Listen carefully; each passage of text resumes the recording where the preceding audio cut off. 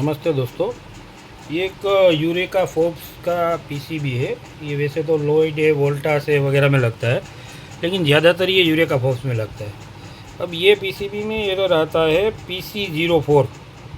वैसे तो मैंने एरर रिपेयर कर दिया है, लेकिन सोचा कि भाई प्रॉब्लम ऐसी है तो इसका एक वीडियो बना के डाल दूँ ताकि आपको समझने में और काम में आसानी रहे। तो इस पीसीबी के अंदर जब भी आपको PC04 का एरर आए तो आपको ये 7805 है, ये जो आईसी है। पीसीबी को भी मैं चालू कर रहा हूँ। पीसीबी हो गया है चालू, ये रिपेयर हो गया है, मैंने रिपेयर कर लिया है, लेकिन सोचा कि मैं एक वीडियो बना दूँ। ठीक है, तो ये पीसीबी रेडी है। ये कंप्रेसर भी चालू हो गया, आपको आवाज़ आ रही होगी। अब इसमें प्रॉब्लम क्या थी वो मैं आपको बताना चाहता हूँ। कभी भी आपके पास PC04 एरर में आए, वोल्टास, यूरेका फोर्ब्स या फिर लॉयड का पीसीबी, तो उसमें आपको चेक करना है क्या, वो मैं आपको बता देता हूँ। तो आपको सबसे पहले चेक करना है ये 7805 जो यहाँ पे लगा हुआ है, ये तो इस आईसी के अंदर यहाँ पे आपको देखना है। तो यहाँ पे आपको 5 वोल्ट मिलने चाहिए। फिर इस साइड देखें तो यहाँ पे 12 वोल्ट के आसपास मिलने चाहिए। और तीसरा एक यहाँ पे डायोड लगा हुआ है। अगर ये डायोड में आपको 12 से 13 वोल्ट मिल रहे हैं तो कम है। यहाँ पे 15 वोल्ट मिनिमम आने चाहिए।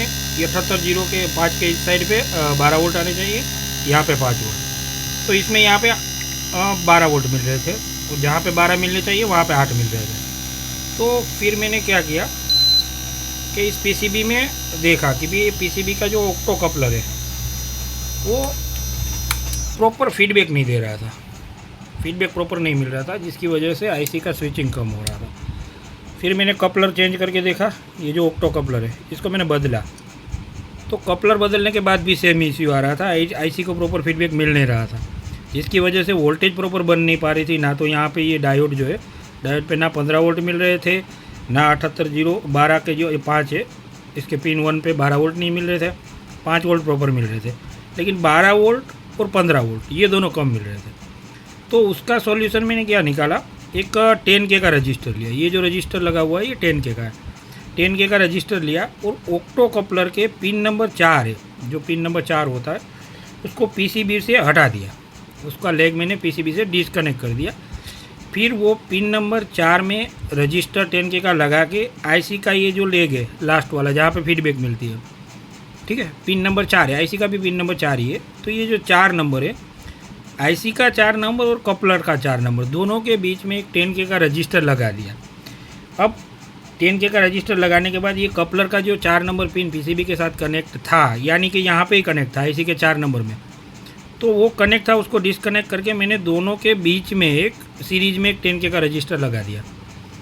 अब हुआ क्या कि जैसे ही ये फीडबैक जनरेट हो रही है तो यहाँ से 10K रजिस्टर के द्वारा फीडबैक इसके अंदर जा रही है आईसी के पास। तो ये रजिस्टेंस कुछ रजिस्टेंस कम करेगा, मतलब वहाँ पे कुछ फीडबैक कम देगा, जिसकी वजह से आईसी को प्रॉपर फीडबैक नहीं मिलेगी। तो आईसी हाई स्पीड में स्विचिंग करेगा, तो आईसी का स्विचिंग बढ़ गया। तो यहाँ पे वोल्टेज भी आपके जो कम मिल रहे थे वो भी बढ़ गए। वो मेरे 15 वाले 17 वोल्ट हो गए, यहाँ पे 17 हो गए। 7805 जो लगाए उसके पिन नंबर 1 पे हो गए 12 वोल्ट।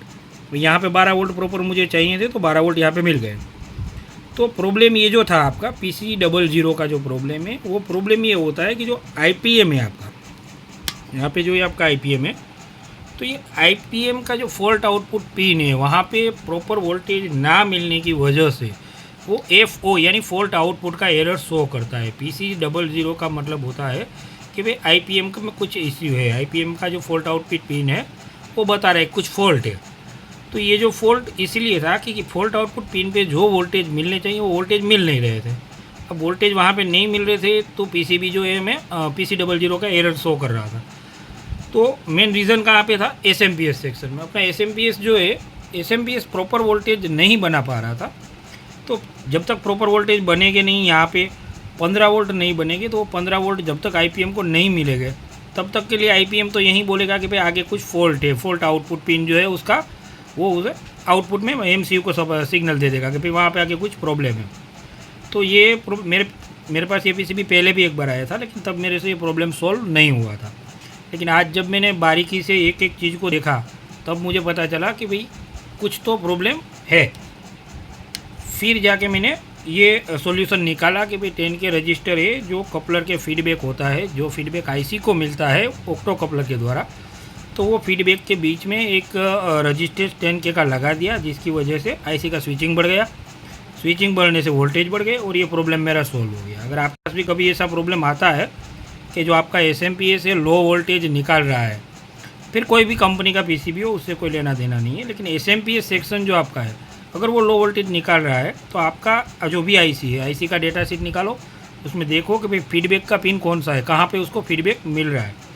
तो कपलर जो बगल में लगा होता है, कपलर का 4 नंबर पिन फीडबैक के लिए होता है, तो उसका 4 नंबर और आईसी का जो फीडबैक वाला पिन है, दोनों के बीच में एक रजिस्टेंस लगा दो और जो कपलर का 4 नंबर पिन पीसीबी से कनेक्टेड है उसके वहाँ से हटा दो, ठीक है। वो लेग को ऊपर उठा लो और उसकी जगह पे रजिस्टेंस के द्वारा आप फीडबैक दीजिए, तो क्या हो जाएगा कि आईसी का स्विचिंग बढ़ जाएगा और आपका ये प्रॉब्लम सॉल्व हो जाएगा। ठीक है दोस्तों, मिलते हैं फिर अगले वीडियो में। आज के लिए बस इतना ही।